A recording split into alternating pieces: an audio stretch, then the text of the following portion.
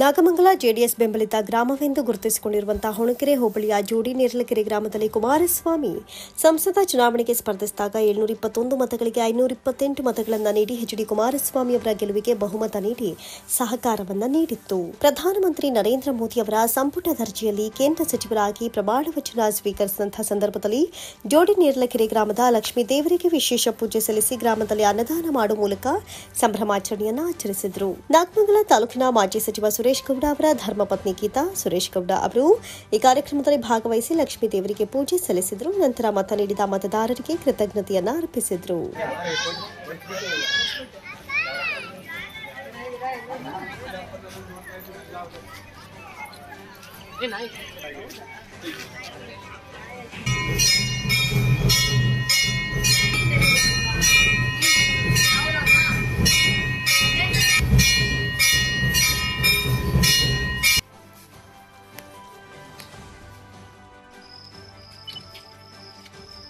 Centre ಬಂದ್ಬಿಡಿ ಎಲ್ಲ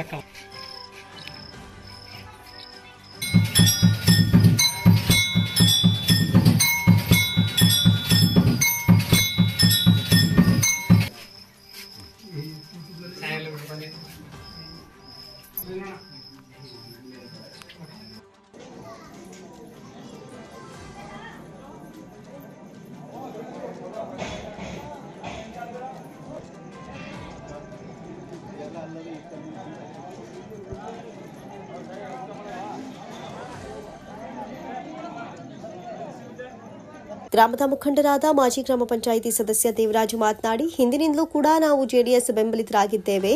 ಕುಮಾರಣ್ಣ ಅವರು ಕೇಂದ್ರ ಮಂತ್ರಿ ಆಗಲು ಅತಿ ಹೆಚ್ಚಿನ ಮತಗಳನ್ನು ನಮ್ಮ ಗ್ರಾಮದ ಮೂಲಕ ನೀಡಿದ್ವಿ. ಅವರು ಕೇಂದ್ರ ಮಂತ್ರಿ ಆಗಿರುವುದಕ್ಕೆ ಧನ್ಯವಾದಗಳು ಎಂದರು. ಪೂಜೆಯನ್ನು ಮಾಡಿ ಕುಮಾರಸ್ವಾಮಿ ಅವರು ಕೇಂದ್ರ ಮುಖ್ಯಮಂತ್ರಿ ಮಂತ್ರಿ ಆಗಿರೋದ್ರಿಂದ ತಾವುಗಳೆಲ್ಲ ಸೇರಿಕೊಂಡು ನಾವೆಲ್ಲ ಯಜಮಾನರುಗಳೆಲ್ಲ ಗ್ರಾಮದೆಲ್ಲ ಸೇರಿಕೊಂಡು ಗ್ರಾಮಸ್ಥರು ಸೇರಿ ಒಂದು ಪೂಜೆ ಪುಸ್ತಕ ಮಾಡಿಸಿ ಜನಕ್ಕೆ ಅಭಿನಂದನೆ ಸಲ್ಲಿಸ್ತಾರೆ. ಗ್ರಾಮದ ಮುಖಂಡರಾದ ಕೆಂಪೇಗೌಡ ರಾಮು ಮಾತನಾಡಿ, ಕುಮಾರಣ್ಣ ಅವರು ರಾಜ್ಯದಲ್ಲಿ ಮುಖ್ಯಮಂತ್ರಿಯಾಗಿ ಜನಪರ ಸೇವೆಯನ್ನು ಮಾಡಿದ್ದಾರೆ. ಅದೇ ರೀತಿ ಕೇಂದ್ರದಲ್ಲಿ ಕೃಷಿ ಸಚಿವರಾಗಿ ದೇಶಕ್ಕೆ ಒಳಿತನ್ನು ಮಾಡಲಿ ಎಂದರು.